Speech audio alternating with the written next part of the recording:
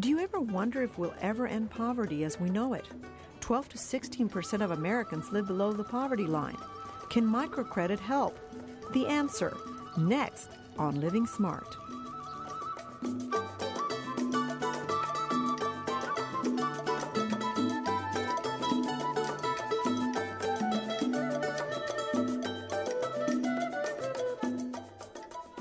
Welcome to Living Smart, the show designed to help you get the most out of life. Elizabeth Valette got an engineering degree at West Point, and then she served in Iraq as a logistics officer. The experience transformed her. She then decided to get an MBA at the University of Houston with a concentration in a very unlikely area, microfinance. She has spent time in Azerbaijan, Dallas, India, and now Houston to combat what she sees as a problem for the U.S. as a nation and in the world. She is now working on a model product that is compliant with Islamic banking principles.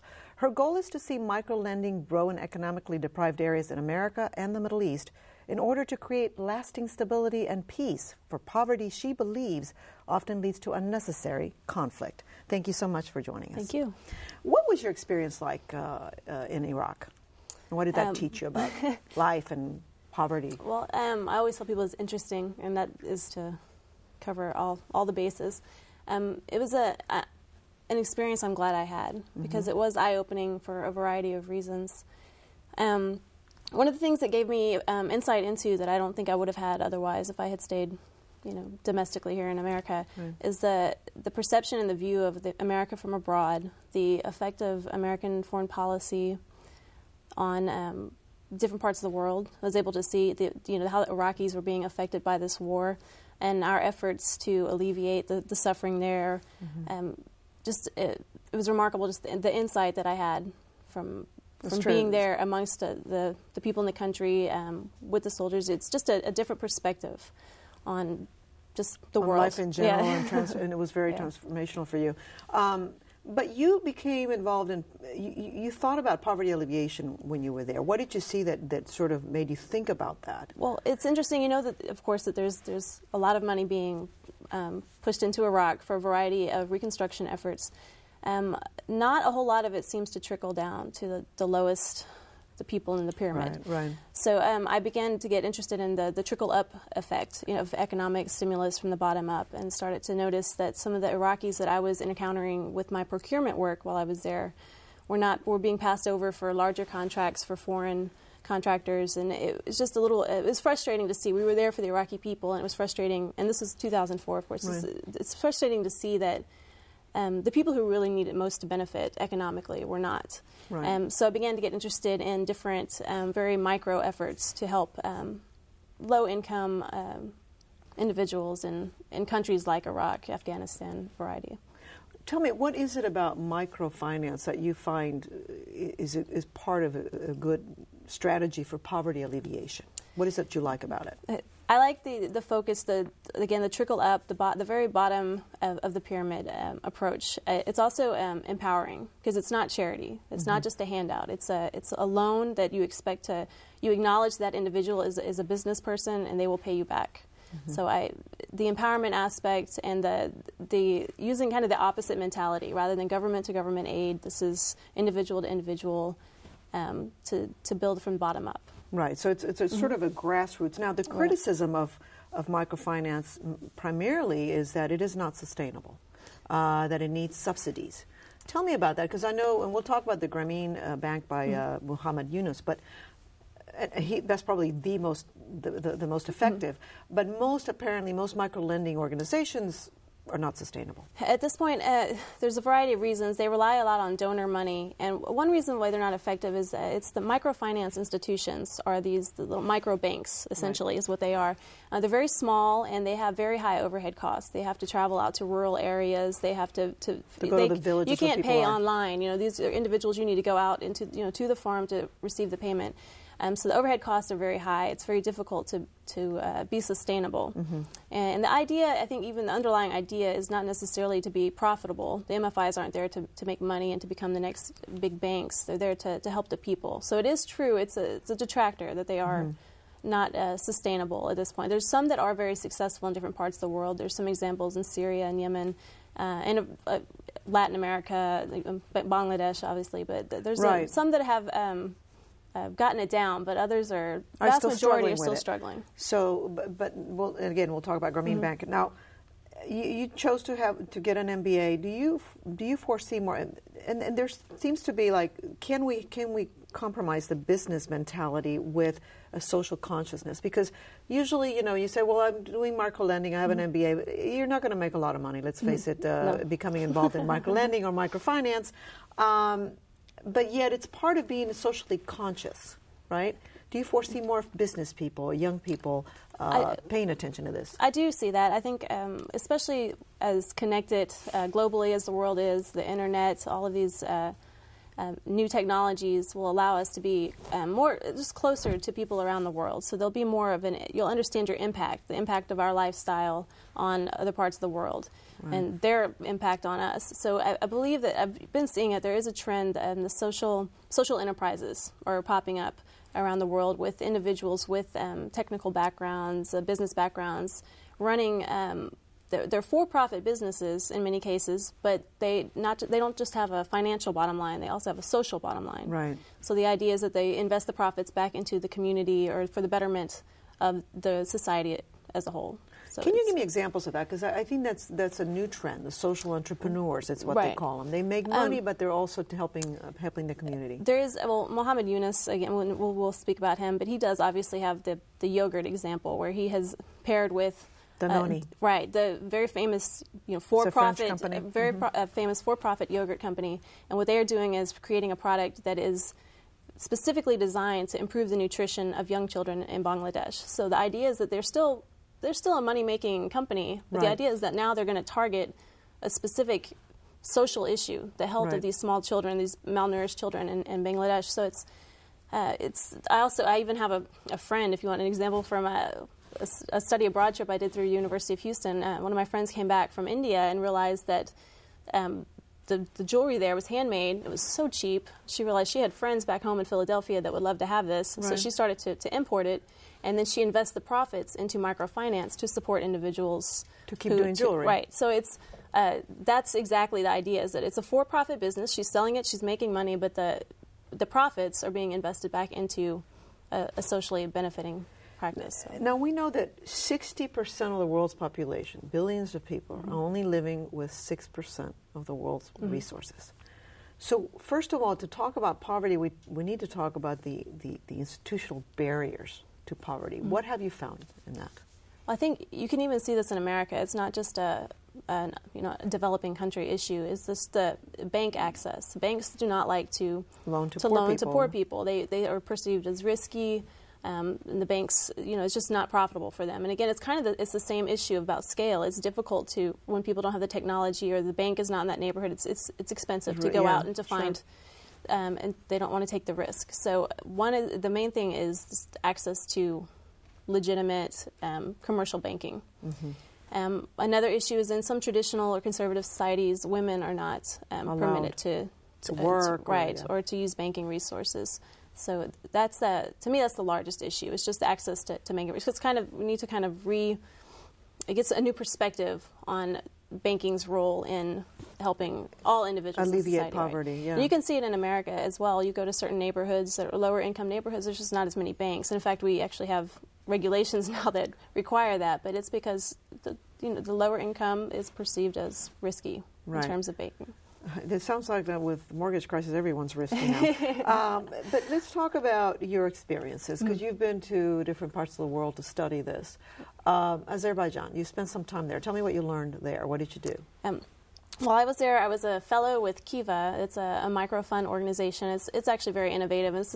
Tell me about Kiva, because Kiva is an online lending platform, and what Kiva does is they partner with microfinance institutions. These are the small microfinance banks throughout the world. Partner with them, and individuals log on to the Kiva website, donate $25, maybe not a lot of money, $25, and Kiva has it arranged where you're actually donating to a specific person. So you pick out your person. Maybe it's a farmer in Latin America somewhere. Right. And that's who you lend your money to. Kiva transfers the money to that MFI in Latin America, and your money is then just dispersed to this individual. It's basically a person-to-person connection using microfinancing principles. So what I did was I was in the first group of fellows that went with Kiva I went to Azerbaijan and partnered with their Microfinance Institute there. And I met, I don't know, maybe a couple hundred of the entrepreneurs, the entrepreneurs in Azerbaijan who were receiving these loans, and loans that were between, I don't know, $200 to $1,000 for a variety of services, rural and urban businesses and farming and bazaar stalls and things like that. It was fascinating. And how many, was it mostly women? In Azerbaijan, it was about 50-50. In the rest of the world, in other parts of the world, it is generally primarily women, and in some cases, it's all women. In Azerbaijan, the culture is a little different there, so it was a lot of times when the loans were given, it's about 50% male, 50% women in Azerbaijan. Now, if you make a loan through Kiva, do you get your money back? Yes. Oh, you do? Yes, and unless the individual defaults, and the default rate it's less than 3%. That's amazing. So you're actually, it's a business proposition for people who want to loan money. It's peer-to-peer lending. It's just you go online, you loan the money. After the 8 months or 12 months, whatever the term is for the loan, you get the money back. You can reinvest it. And it's growing, right? Oh, yes. The concept is growing. Within 3 years, Kiva, I know they dispersed, I think, $50 million worth of funding to the microfinance just in 3 years, and this is right. Mostly people who donate are mostly American and Europeans, I gather. Right. Generally, they're mostly from developed countries. You can see it's very interactive. The website, you can see all of the different. Tell me about women, because you mentioned. I understand that microfinance is targeting more women than men. Why is that? There's been studies done that have shown that women tend to reinvest, and this is in maybe traditional and conservative societies. Women tend to reinvest the profits from a business in their family more so than men do. And they've done these studies in various places all over the world and have gotten the same results. Sure. So it seems to benefit the society and the community as a whole better when the women are the ones that receive the money and use it. So some microfinance institutes focus only on women. So let's talk about Muhammad Yunus and Grameen Bank, how it started. And I understand he started with women and with beggars, too. Tell me a little bit about him, and that created a social revolution. I mean, that's where it started in Bangladesh. The story is actually, it's pretty interesting. He had been trained in America, economics. He's very bright. Went back to Bangladesh in the middle of a famine. It was terrible. So he went out to a village to try to figure out how he couldn't rectify his academic training, his economic theories with what was actually happening in his country. So he went out to see for himself in a village to determine what can he do, what is an answer here. So he finds a woman who's making stools out of bamboo and finds out that she's only making 2 cents, or basically at that time, the mid-70s, she's making about 2 cents profit per day.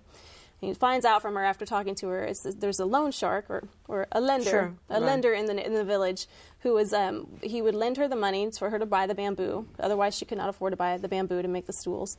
But her payment was that she had to sell the stools, the completed stools, back to him at his terms.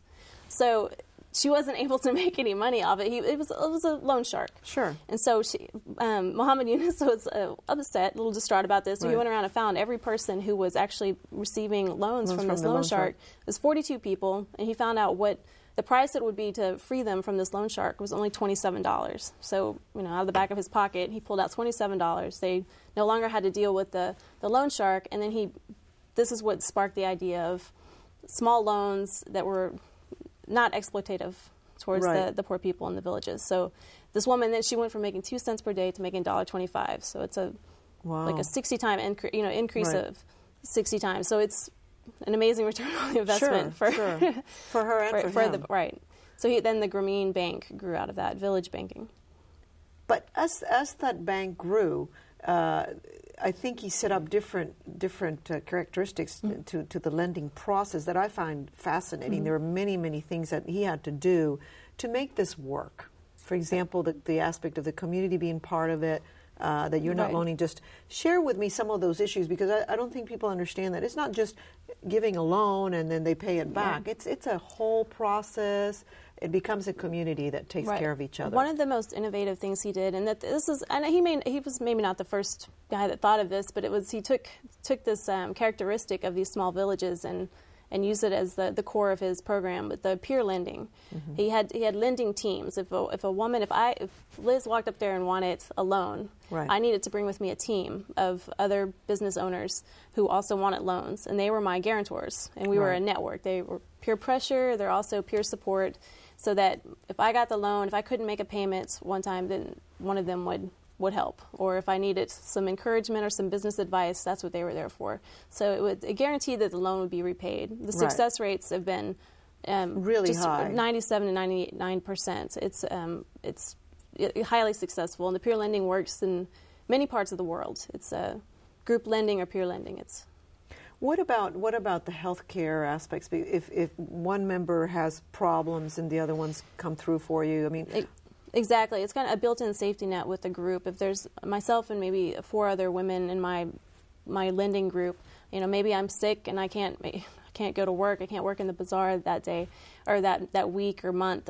These women will help me out. It's your team. Everybody helps back and forth. So it's very much a community-oriented fabric that takes advantage of what's already existing in the community. So. Right, right.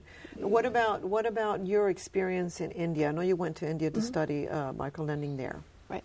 Well, that was where I was first introduced to it, actually. And Dr. Kumwala at University of Houston was the one that introduced us to it. And she's so passionate about it. She inspired, she inspires classes every year. There's people coming out of the India trip that want to be involved in it. So that's where the first example was. And India is an innovator in many ways, in many social enterprises, but in microlending as well. So it was a great place to see it first. But then that sparked the interest, and I ended up after that pursuing the Kiva Fellowship. What have you found that works and what doesn't work with microlending? What I noticed in Azerbaijan was there was an absence of education. They did purely just the loans. And so when you're dealing with maybe low income or not very highly educated individuals, there needs to be an education piece to it.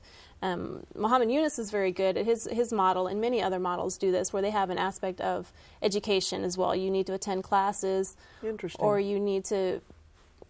it's just ways to make sure that people are continually growing and improving their business, not just taking loans and sustaining a same level. They are actually improving and learning and growing the business to affect other areas of their life. And what doesn't seem to work, do you think? What does not work with microlending?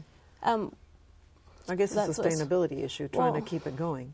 That's part of it, and that's it. There's some arguments about interest rates, or interest rates are high in some of the microlending programs. They can be upwards of 30 or even 40%. That's a real problem. It's a lot of people. There's a lot of issues with that. A lot of people have problems with that. In comparison to loan sharks who are charging 200 or 400% interest, it's obviously better, but it's not the best answer because it's still a little exploitative. So there's different. That's kind of the issue with the Islamic banking that I was looking at with Dr. Kumwala, was the issue of Islamic banking doesn't allow for excessive interest. Right. So that's an aspect of incorporating kind of some of those Islamic banking principles to make it a little easier and on the lender, or on the borrower. Right. Now, you have also spent some time in the United States looking into this, and I wanted to ask you what the differences are, because obviously India and Azerbaijan are fourth world countries. Well, India not so much anymore, but in the United States it's a first world country, and yet you see poverty here too. Right. Especially urban parts of America, you can see where, rural as well. There's different areas, but that could benefit from microfinance products. I worked with an organization called the Plan Fund in Dallas. It's the Peer Lending Action Network in Dallas, and it's based on the Grameen model, but it serves the low-income individuals in urban Dallas. It's based on the way they take it in order to tailor it to the American mindset. They start with an education focus. They do kind of a business 101, so teaching the people how to develop their business, to involve, from marketing. You need to be it's very competitive in the American business world. So you need to know about the tax situations. You need to know, it's very complicated. So the education is it's the core of that program. And then they do have a lending program on top of that. And the loans are very small. when you tell someone that they're going to get a loan for $500 in America, some people, doesn't seem like a lot in America. Yeah. So it's a little harder, and of course the peer lending aspect of it, the group lending, doesn't quite work as well in America because we don't live together in small villages and we don't have these interconnected families. Right. It's a little harder. It's easier to slip away and not have the support network in place in America. So there's challenges, but sure. What I was wondering is what did the Grameen Bank change as far as stereotypes of the poor, do you think? Well, I think it proved that the poor can run businesses, that all they need is the same access that the wealthier individuals have to credit in order to run their businesses. It proved that women can run businesses, and there's actually a woman president of Bangladesh now, so I don't know if there's any correlation there, sure. but maybe it'd be interesting to study that. But I think it proved a lot. It proved that the poor are not risky. 97% repayment rates is better than what you get in your average American bank. So it proved that they're not as calling the poor people risky is not. It's not really handling, I guess, the way we deal with poverty in general, and that's changing now, and it's making us realize that they're capable and they can be empowered to do well with these loans. Now, in the United States, healthcare seems to be one of the #1 issues for poverty. In your studies, in your research, have you found that there's a way to deal with that and alleviate poverty by dealing with that problem?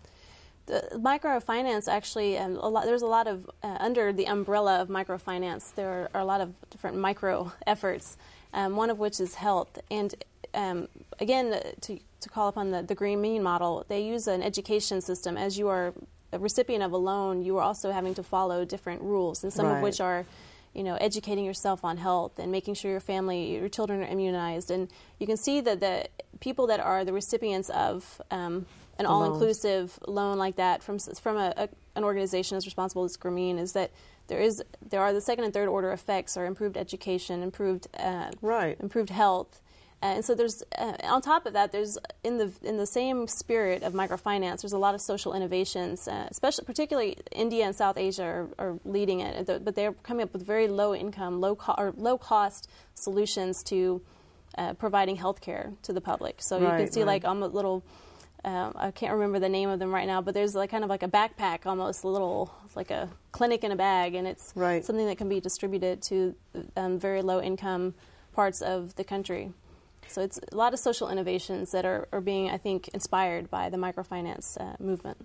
Right, and I think it's also the comprehensive aspect of it. It's not just, we're going to just give you a loan. We're going to look also at your health care and health prevention and all these issues that affect poverty and that lead to poverty. Yes. What are some of the most interesting social entrepreneurs that you run into, or that you've learned about? Well, Mohammed Yunus, obviously, and I think he has just he's the go-to guy for any kind of information. But I've seen multiple examples, and Kiva itself is a good example. It was it's based off some individuals successful in the .com world said, I'd like to do something, let me find something I can get back to, and they took their knowledge of their high-tech technology knowledge and put it into a social perspective. So it's a win-win situation because you're not losing money. Right. So I'm sure you're risking some, but you're not losing money. Most people are not losing money, which is amazing. Now some people say the criticism of some poverty programs is, and generally governments say, well, what we need to do to alleviate poverty is create employment. Why isn't that enough? Well, what I see is that I wish there was more preemptive humanitarian aid, or more just further in advance. There's places. Afghanistan is maybe a good example over the course of our history in that country, the last several decades. It needs to have sustainability. Economic sustainability is something that will create lasting, not just short-term economic impact. It needs to be lasting, and it needs to be something that is suitable for the community involved. So a good example, 3 Cups of Tea, we've talked about that book, is a good example of providing lasting and sustainable economic opportunities and also educational opportunities. So there's things we can do. Right. providing. So it's. I'm going to ask you one last question. What is it that everybody can do on their own to alleviate poverty? Well, one thing, what I've been trying to do, having come back and wanting to stay involved, is you can look on kiva.org. Sure, and do something. And do something yourself. There's multiple organizations that now have the peer-to-peer lending where individuals here in America can get online. And there's local groups like results.org that advocate for microfinance and foreign policy reform and things like that. I mean, I know how you're living smart, but how do you know that you're living smart? For that reason, I know it's very important to me to stay involved. There's so much going on in the world, and the way that we live here in America affects other countries, and vice versa. So if there's instability in another part of the world, the potential is that it could affect us in some way. And we've seen this through the war on terror and other national security issues like that. So I just know that it's important to stay involved in some way, keeping in touch with politicians and making sure well, thank you so much for serving our country and for doing the work that you do. We really appreciate it. I appreciate it. And to learn more about this topic, go to our website. There you'll also find a complete resource list. You can also email us or call us with your comments at 713-743-8513. And that's our show for today. I hope you've enjoyed it. Remember to live smart.